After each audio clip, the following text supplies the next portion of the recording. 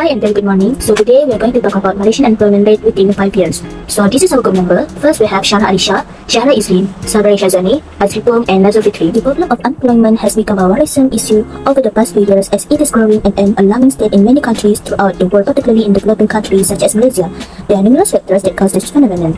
Therefore, the aim of the study is to empirically investigate the determinants of unemployment in Malaysia, as well as the relationship between employment and the chosen fundamental macroeconomic factors such as gross domestic product, foreign direct investment, inflation, and population. The findings show that there are presences of short-term causality among the variables and also a presence of long-run ongoing population act as the dependent variable in the model. Overall, the conclusion of the study suggests that demand-side policies and the supply-side policies are the most excellent and suitable approach in overcoming the problem of unemployment in Malaysia. Our first objective is to determine the parameter estimation among the 15 to 24 age group with the active unemployed in the second and third quarters. Next, to determine whether the unemployment status in years and gender are related and to identify whether the mean of unemployment between races are different or not. And lastly, to determine whether a relationship between age and number of unemployed people exists or not exists. Instrument that we use is the data from the website run by Malaysian Human Resource Government. We use four different statistics methods. Firstly is parameter estimation of the population, secondly child score distribution, thirdly hypothesis test, one way ANOVA, and lastly correlation. Hi everyone, I'm Azli. For population sample, we have searched the raw data at Malaysian Human Resources Government website and we have successfully found incomplete data for unemployed Malaysian. Based on data in figure 2, unemployment data among the 15 to 24 age group will be our sample size and the sample proportion are from the active employed data in the second and third quarters. Then we calculate the point estimate of the population by using the sample proportion, which is P1 hat and P2 hat, we get negative 0.031. Then, the confidence interval we can get by using the values of population proportion and the sample sizes, we get 9.61174 times 10 to the minus 4. Then, we let 97% be our confidence level. Therefore, the Z value that we obtain from the normal distribution table for 0.485 is 2.17. So, the 97% confidence interval for P1 and P2 is 0.033086 to negative 0.028914. Thus, with the 97% confidence, we can state that the difference between the two populations proportion is 0.033086 and negative 0.028914.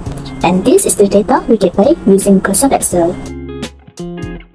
So now I will show you how to do method 2, which is hypothesis test using chi-square distribution. The question is, by referring to the data of year 2017 to the 2021 unemployment, which is men and women, using the 90% level of significance, determine whether their employment status in years and gender are related. Now table A show the years of 2017 to the 2021 and number of employed people in Malaysia in thousand, which is we have men and women. So we have a row total here and column total.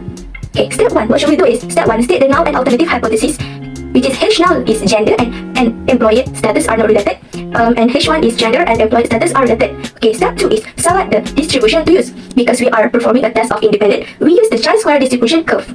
Okay, now step 3 is determine the rejection and non-rejection region. With a significant level of 90%, the area of the rejection is 0.90 and it falls in the right tail of the chi-square distribution curve. The contingency table contains 5 rows and 3 columns. The degree of freedom are, okay, the formula of degree of freedom are row minus 1 times 2 column minus 1. So what we get, if X from the chi-square distribution table, the critical value of chi-square for DF is equal to X is 3.49. So we can see here the chi-square distribution and rejection H now, and the critical value is 3.49.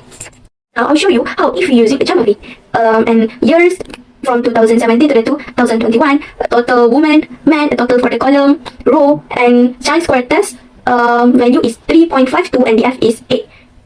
Step 4, calculate the value of the statistic. The expected frequencies for the various cells are calculated as follows and they are listed in parentheses in table A. Okay, we should calculate E for men and 2070 years and E for men and 2008 years and so on. So we get the answer for E for men and 2070 years is 163.86, which is for men and 2070 years and so on. Okay, we calculate until the E for women and 2021 year and we get is 53.60. So, the value of the test statistic chi-square is calculated as follows. Chi-square, formula is chi-square is equal to sum of O minus E squared over E. So, we calculate one by one. After we use the formula and we substitute the O, E and so on, we get the answer is 506.84 times to 10 to the power of Q. Okay, the last step is make a decision. So, the decision we get is the value of the test statistic chi-square is equal to 506.84 times to 10 to the power of q is greater than the critical value of chi-square is equal to 3.49 and it falls in the rejection region. Hence, we reject the null hypothesis and state that there is strong evidence from the sample to conclude that the two characteristics, gender and employment status in the year are related. So that's the answer. In method 3, we use one-way ANOVA to identify whether the mean of unemployment between races are different or not. So we have this table which contains the unemployment rate of nation respectively to each races. So for the first step, we state the null hypothesis and alternative hypothesis, which is for H null we have the mean score of 3 groups are equal, and the opposite for H1, which is the 3 means are not equal. And for step 2, we select the distribution to use. Since we are comparing means for 3 normally distributed population, we use the F distribution to make the test. In step 3, we determine the rejection and non-rejection region. So, since the significance level is 0.01 and it is right tail because one-way ANOVA is always right tail. So, the area in the right tail in the F distribution curve is 0.01, which is the rejection region. And then we need to find the degrees of freedom. We have 2 degrees of freedom for numerator and denominator. For numerator, we have category minus 1, which is k minus 1, is equal to 2. And for denominator, we have the sum of sample minus categories, which is 15 minus 3, and we get 12. So from the F distribution table, we find the critical value for F for degree of freedom 1 equals to 2 and degree of freedom 2 equals to 12, and at area 0.01. The required value is 6.93. That is the critical value. Step 4 is calculate the value of test statistic. For SSB, we get 8.321.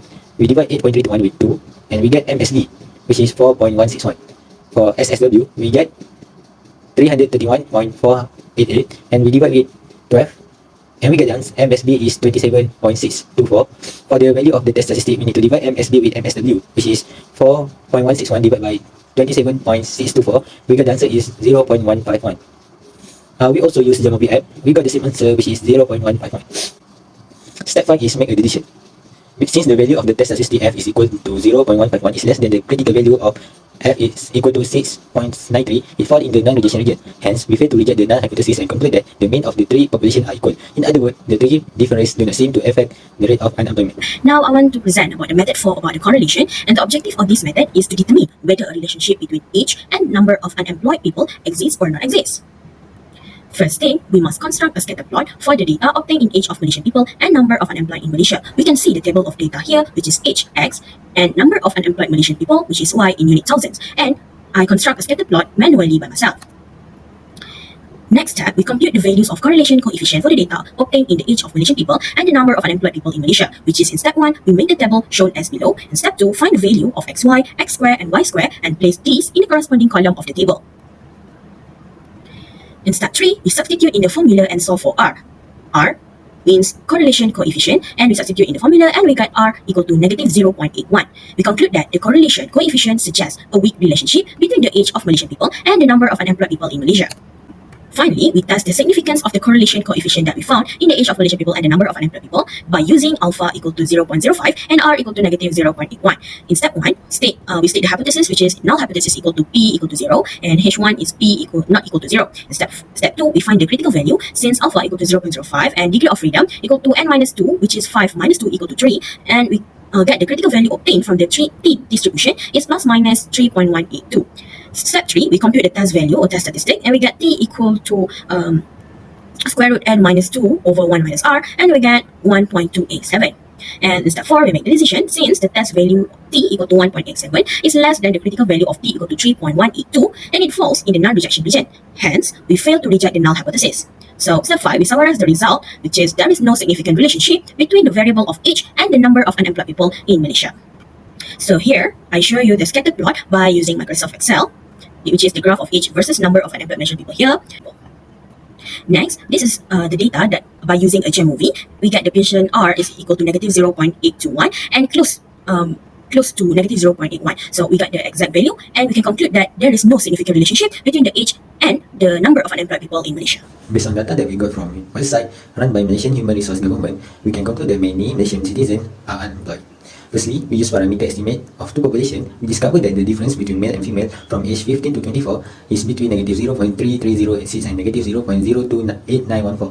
Secondly, we use the chi-square distribution test. We determined that there is a relationship between gender and unemployed status in 5 years from 2017 to 2021. Thirdly, we use the one-way ANOVA test to show that the unemployed rate is unaffected by the three different racial groups. And lastly, we found that there is no relationship between Malaysia unemployed rate and age.